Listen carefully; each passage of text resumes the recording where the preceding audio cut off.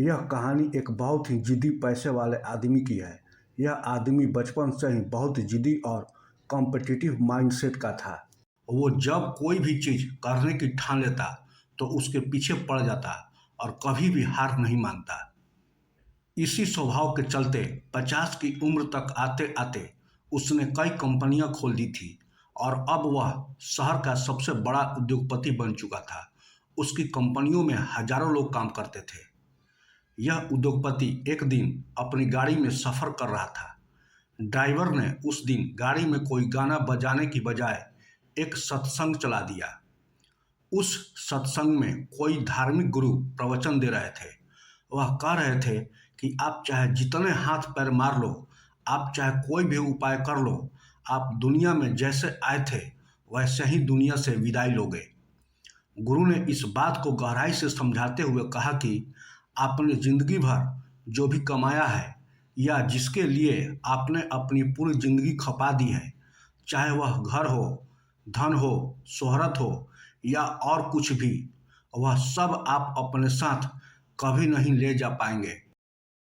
अपने स्वभाव के अनुसार व्यापारी इस धर्मगुरु के बोलने को एक चुनौती की तरह स्वीकार कर लेता है। व्यापारी ठान लेता है कि वह इस धर्मगुरु के शब्दों को गलत साबित कर देगा। वह कुछ ऐसा करेगा कि वह अपना कमाया हुआ धन मरने के बाद भी अपने साथ लेकर जाएगा। उस दिन से उद्योगपति दिन रात यही सोचने में लग जाता है कि वह क्या करे जिससे वह इस चुनौती को जीत पाए।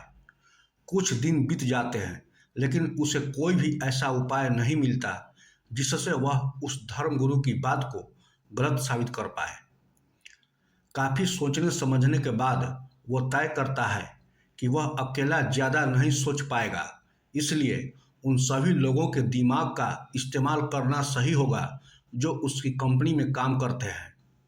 एक दिन वह अपने सभी कर्मचारियों को एक जगह एकत्रित करता है और यह अनाउंस करता है कि जो भी उसे मरने के बाद पैसा अपने साथ कैसे लेकर जाना है, इसके लिए कोई आइडिया देगा, वह उस व्यक्ति को 1 करोड़ रुपए देगा। उद्योगपति की ऐसी अनाउंसमेंट सुनकर लोग कानाफूसी करने लगते हैं। कई लोग इसे एक मजाक समझते हैं और कई लोग सोचते हैं कि उद्योगपति का दिमाग खराब हो गया है, उसका मानसिक संतुलन बिगड़ गया है। उस दिन उद्योगपति वापस अपने घर चला जाता है। 1 हफ्ता बीत जाने पर भी जब कोई भी उसे कोई आइडिया देने के लिए नहीं आता है तो वह फिर से एक बार सभी को इकट्ठा करता है और इस बार आइडिया देने वाले को 5 करोड़ देने का वादा करता है। अब की बार यह बात उसके कर्मचारियों तक न सीमित रहकर पूरे शहर में फैल जाती है। अगले दिन एक अनजान आदमी उस उद्योगपति के घर पहुंचता है।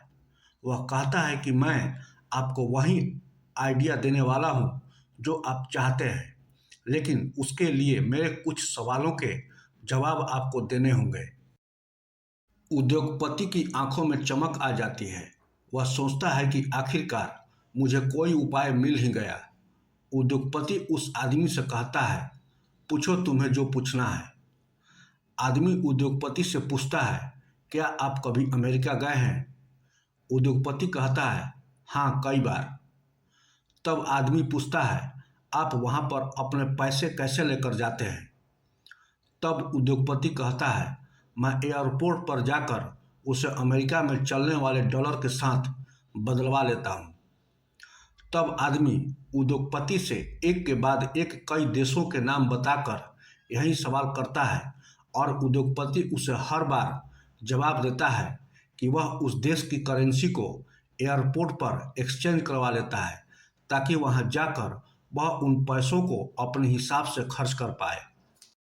बार बार एक तरह का सवाल सुनकर उद्योगपति चिढ़ जाता है और वह उस आदमी से कहता है कि तुम ऐसी बेवकूफ़ों जैसी बातें क्यों कर रहे हो?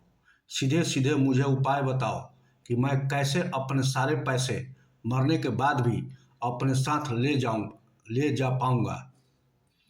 तब आदमी कहता है, यही तो मैं कब से आपको समझाने की कोशिश कर रहा हूँ।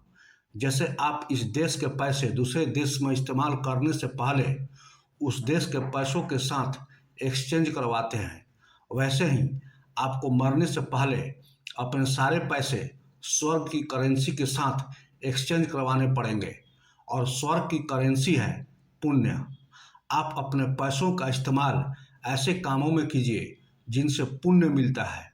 बस यही एक तरीका है जिससे आप अपना कमाया सारा धन अपने साथ मरने के बाद भी ले जा सकते हैं। उद्योगपति को उस आदमी की बात समझ में आ जाती है। वह उसे उसके हिस्से का इनाम देता है और अपना बाकी का सारा जीवन दान धर्म और गरीब लोगों की सेवा में लगा देता है।